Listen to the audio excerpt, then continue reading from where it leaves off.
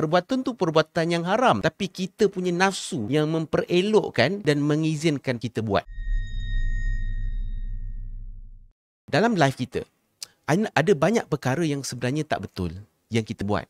Tapi kita cuba memujuk hati kita untuk memperelokkan perbuatan kita yang jahat tu, yang dosa tu, yang silap tu. Sebagai contoh kan, kita ambil satu keadaan, kalaulah kita ni bercinta dengan satu orang perempuan contoh kan, dan kita tahu dengan tidak menjaga ikhtilat, tidak menjaga batasan, itu perkara yang dilarang dalam agama.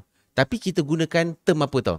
Alah, kita nak get to know, kita nak berkenalan kan. Ni kan nak jadi pasangan hidup. Jadi kita kenalah rapat supaya kita ni boleh tahu isi hati masing-masing. Nampak tak? Perbuatan tu perbuatan yang haram, tapi kita punya nafsu yang memperelokkan dan mengizinkan perbuatan itu kita buat.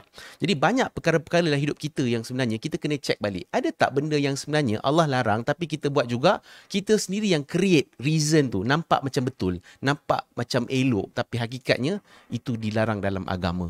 Dan itu antara mesej yang kita boleh ambil lah daripada ayat yang ke-18.